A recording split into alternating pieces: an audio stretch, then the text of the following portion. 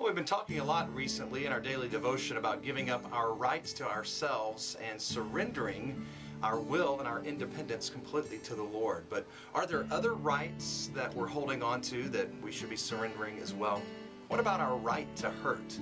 No, not the reason we have to hurt, because those are plenty, of course, but do we have a right to hurt?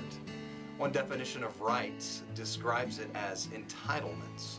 So am I entitled to hurt or to be hurt by the actions of others? You know, Jesus had plenty of reasons to hurt, but was he entitled to hurt?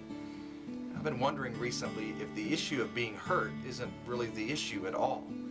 I think it's what we do with those hurts that's the real issue.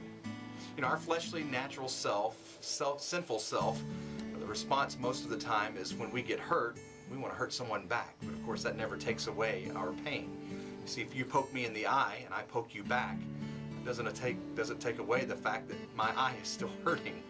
So what we need to learn is what not to do when we get hurt and what the right thing to do is. So what did Jesus do when he was hurt?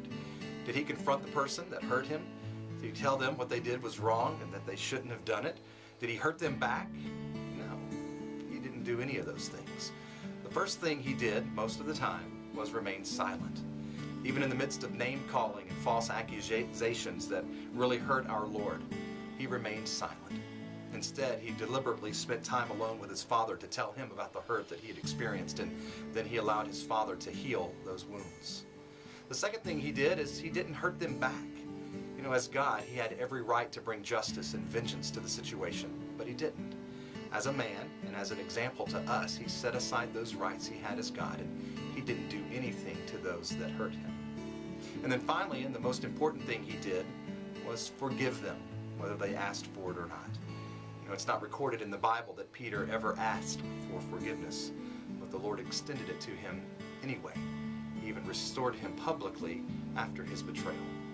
So if our Lord knew the difference between his reasons to hurt and his right to hurt, how much more should we also understand those differences and learn how to deal with our hurt the same way that Jesus did? That could truly make a huge difference in all of our relationships if we could learn how to do just that. And of course, the key is running to God first and allowing him to heal our hurts. And I pray that you'll be able to do that today and not hurt others back.